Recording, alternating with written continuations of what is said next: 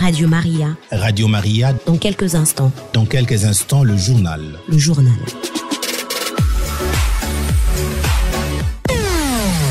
Le journal de la province, Nelly Kabena. Messieurs et dames, shalom et recevez les salutations de l'équipe de Radio Maria. C'est l'heure des informations. Bienvenue à toutes et à tous. Voici les titres de ce journal que réalise Alix Kamoso. Clôture le week-end dernier des activités du centenaire des moniales bénédictines à Likassi. Une messe a été célébrée à l'Institut Ouzima de la paroisse Saint-Sauveur. Nous sommes dans la ville montagneuse à 120 km de Lubumbashi.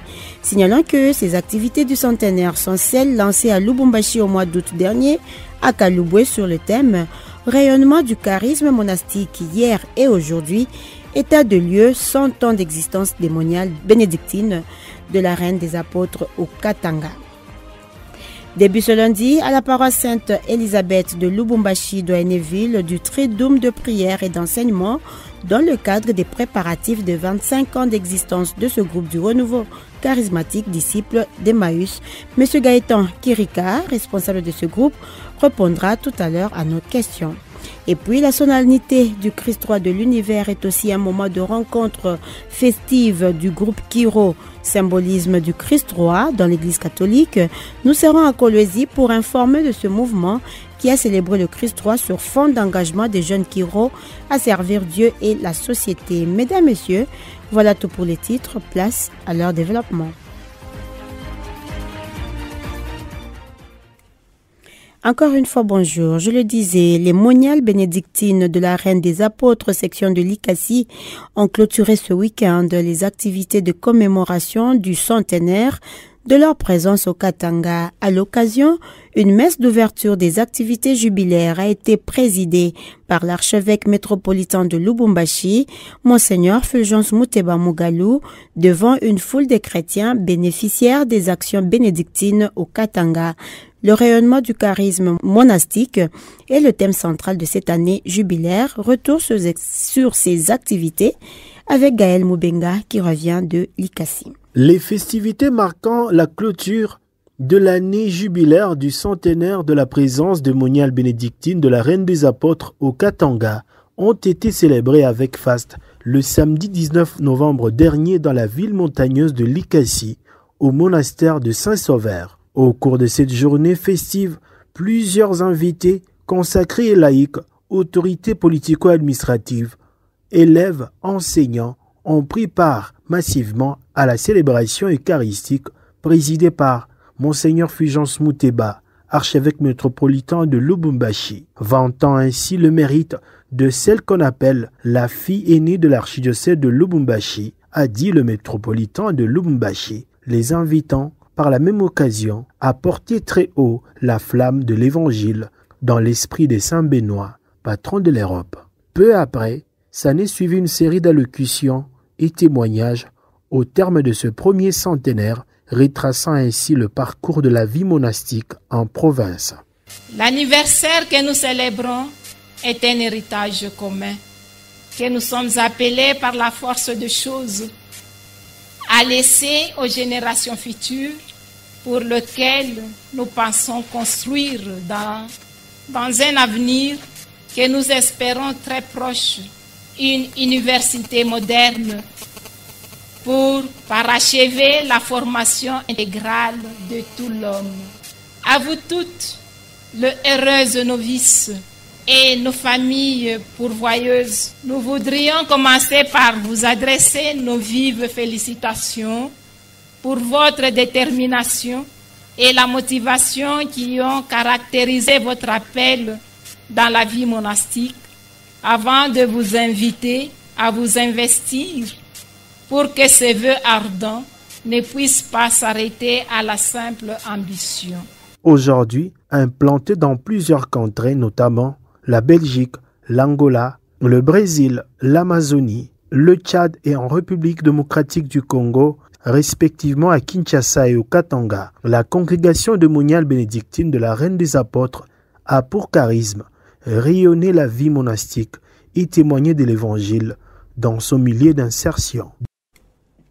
Retour à Lubumbashi où il se poursuit depuis lundi dernier les activités du centenaire des Sœurs du Divin Maître. Les activités ont débuté avec une messe d'ouverture de l'année jubilaire présidée par le père Eric Ngoy, curé de la paroisse Sainte-Élisabeth. C'était à la chapelle Mater Dei de Twendeleye. Dans son homélie, le père a expliqué les débuts de cette congrégation, les Divins Maîtres, sa mission, son charisme, mais surtout son fondateur, Jacques Albert-Yonnet, signalant que ces activités qui s'étendent sur une année prévoient plusieurs programmes dont les prières, les louanges, les enseignements bibliques et surtout les visites guidées de leurs librairies et ateliers de coupe et couture. Pour rappel, les Sœurs des Divins Maîtres sont connues notamment par la vente des livres, des objets et des vêtements liturgiques. Début ce lundi à la paroisse Sainte-Élisabeth du Douainéville, ici à Lubumbashi, du Triduum de prière organisé par le Renouveau charismatique, les disciples d'Emmaüs. Pendant ces 3 jours de prière, indique le berger adjoint de ce mouvement catholique, plusieurs autres activités seront organisées en vue de commémorer le dimanche prochain les 25 ans d'existence de ce mouvement.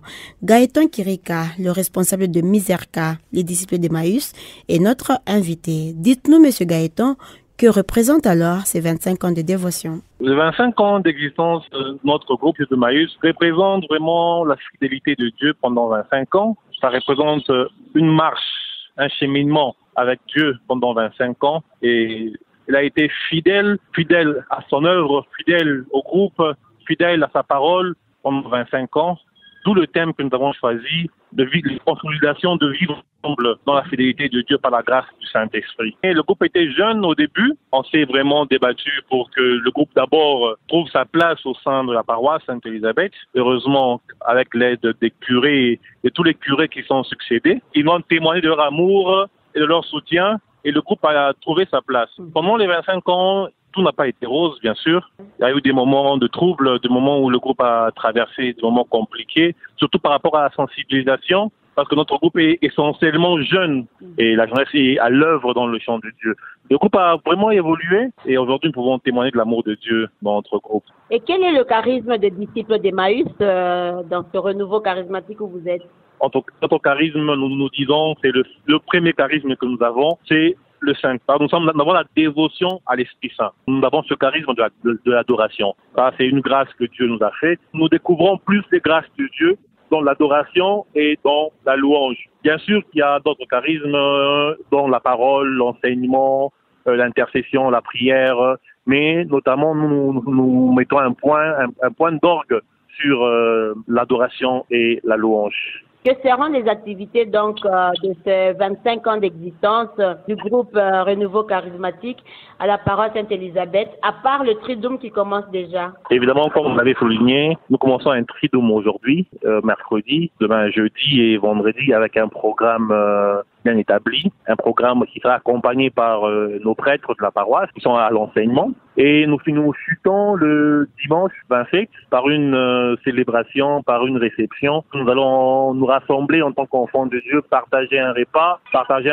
et célébrer la fidélité de Dieu entre nous à travers cette cérémonie et ce partage du repas. Voilà. Donc vous ne prévoyez rien pour Radio Maria? Nous sommes vraiment content que Radio Maria s'intéresse à notre groupe. Ça, c'est vraiment un privilège et nous disons merci d'abord à la Radio Maria. Merci pour cela et que la main de Dieu soit surtout avec vous dans cet élan que vous prenez de prôner la sensibilisation sur tous les événements spirituels. Que Dieu, en tout cas, vous accompagne. Non seulement cela, nous invitons aussi la Radio Maria à partager, à célébrer avec nous, à célébrer la grandeur de Dieu avec nous. Pas seulement pour ces 25 ans, parce que nous savons qu'aujourd'hui, à Lubumbashi, la radio qui prône la promotion de l'aspect spirituel des jeunes et des activités des jeunes, c'est la Radio Maria. Et voilà pourquoi nous souhaitons que la Radio Maria nous accompagne dans toutes ces activités. Merci beaucoup, Monsieur Gaëtan. Merci, c'est moi qui vous remercie. Revenons sur les journées diocésaines de la jeunesse à travers la province épiscopale de Lubumbashi, d'abord dans la capitale cuprifère. Les activités se sont transportées à Luicha pour des raisons purement stratégiques. Pendant 3 jours, les millions de jeunes de 3 secteurs ont été bénéficiaires de plusieurs thèmes liés au développement personnel et communautaire. Etienne Diba. Ils étaient plus de 2000 jeunes venus des autres coins de l'archidiocèse de Lubumbashi. Ils sont venus de tous les groupes et mouvements de l'archidiocèse. Certains pour la première fois, mais d'autres sont habitués des JDJ, heureux de se retrouver après un an de silence. Les journées diocésaines de la jeunesse à Lubumbashi ont débuté le vendredi 18 novembre au lycée Lubusha par une messe d'ouverture présidée par l'aumônier diocésain des jeunes, M. l'abbé Gaspard Moukoko, en présence du ministre provincial de la Santé, Joseph Nsambi Boulanda. Le thème de cette année se rapporte aussi au thème de l'année pastorale, à savoir « Jeunes, lèvons-nous et consolidons nos liens ». Au lendemain, c'est-à-dire le samedi 19 décembre, le ministre de la Santé a animé une conférence sous le thème « Jeunes, moteurs du développement ». Pour le ministre, les jeunes, qui est lui-même un jeune et catholique par surcroît, les jeunes d'aujourd'hui doivent entreprendre, se former et lutter contre les antivaleurs. Signalons que le choix du cadre n'est pas hasardeux, car sur cette cité repose une grande école des filles conçue par un couple belge pour la formation intégrale de la jeunesse congolaise. Rappelons que Monseigneur l'archevêque métropolitain a d'ailleurs enchéri sur ce choix le dimanche à la solennité du Christ roi de l'univers. Cap sur les Journées mondiales de la jeunesse qui se tiendront en 2023 à Lisbonne sous le thème « Marie se leva et partit avec empressement », tiré de l'évangile de Jésus-Christ selon saint Luc au 1er chapitre autour de sa sainteté le pape François. Et d'une manière ramassée, la journée diocésaine de la jeunesse a été célébrée le dimanche de la solennité du Christ roi de l'univers dans toute la province ecclésiastique de Lubumbashi, à Kolwezi, Kalemi et en passant par Kipushi-Sakanya, Kilwa-Kasenga et ici même à Lubumbashi, près de 2000 jeunes se sont retrouvés pour ce rendez-vous du développement spirituel et personnel. Le point dans ce ramassis des faits avec Déborah Mwangé. À Kolwezi, il s'agit d'une première édition depuis l'érection du diocèse en mars 1971. Partie du thème, Marie s'éleva et s'en alla en Inde. Le prélat de Kolwezi recommande aux jeunes 4 actions à mener pour cette année pastorale. Il y a notamment la catéchèse des grands jeunes pour ramener ceux qui ont quitté l'église catholique à se convertir et recevoir le sacrement de l'initiation chrétienne pour les uns et pour les autres, à adhérer à l'école de théologie pour laïcs qui ouvre ses portes au début du mois de décembre prochain. À Kalemi Kirungu, les activités de la JDJ ont pris 2 jours et ont réuni le jeunes venus de 3 doyennés. Il s'agit de Moba, Kalemi ainsi qu'Enyunzu dans l'enceinte de l'école technique du cinquantenaire. Monseigneur Jean-Christophe Amadé Aloma n'a ménagé aucun effort pour appeler le jeune à servir promptement à l'exemple de Marie. La JDJ dans le diocèse de Kilwa-Kasenga est comme dans celui de Kipushi-Sakanya, a drainé aussi des centaines de jeunes à l'Institut Boussandoulouchi de la paroisse Saint-Dominique Zavio sous le thème Christ roi de l'univers. Pour l'heure, le regard sont tournés vers Lisbonne au Portugal où se dérouleront les JMJ 2023 autour de sa sainteté, le pape François.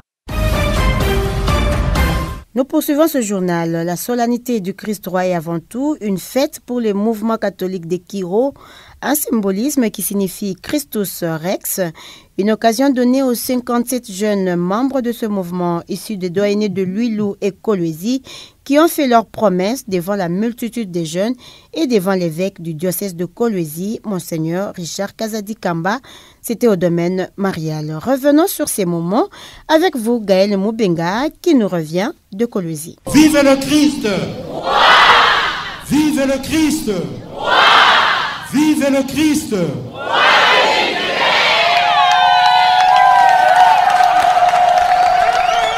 C'est dans une ambiance de liesse et d'allégresse débordante que la jeunesse catholique de Kolwezi s'est réunie autour de son pasteur, Monseigneur Richard Kazadi Kamba, le dimanche dernier au domaine marial dans la commune de Dilala, à la solennité du Christ roi de l'univers, considéré aussi comme étant la fête de tous les Kiro, un mouvement de l'Église catholique.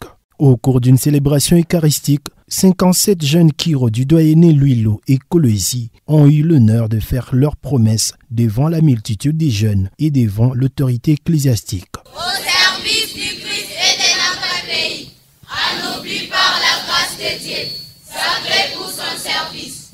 Nous formons avec le Christ notre ami fidèle, une communauté chrétienne de jeunes.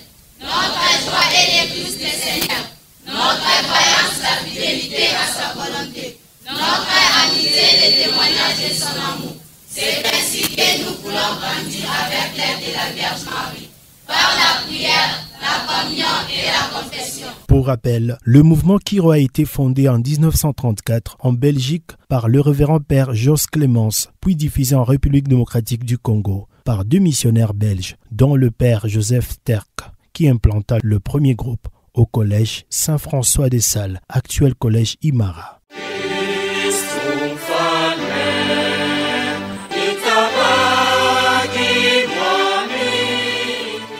De retour de Kolwezi, Gaël Moubenga, Radio Maria. En bref, pour clôturer ce journal, les mouvements des mamans catholiques archidiocèse de Lubumbashi ont lancé ce mercredi les activités liées à l'année pastorale dans le doyenné. Toutes les mamans de l'archidiocèse se sont réunies dans les doyennés respectifs pour ces activités, accompagnées par leurs aumôniers avant leur rencontre mensuelle prévue le mercredi prochain, donc du mois. Rappelons que ce jour, chaque doyenné va établir son calendrier pastoral qui prévoit les activités à long, moyen et court terme, des projets d'avenir, mais aussi des projets de développement. Pour rappel, l'archidiocèse de Lubumbashi compte pour le secteur de Lubumbashi 10 doyennés. Et mesdames, messieurs, c'est par ici que nous mettons un point final à cette édition du journal. Merci à tous de nous avoir suivis.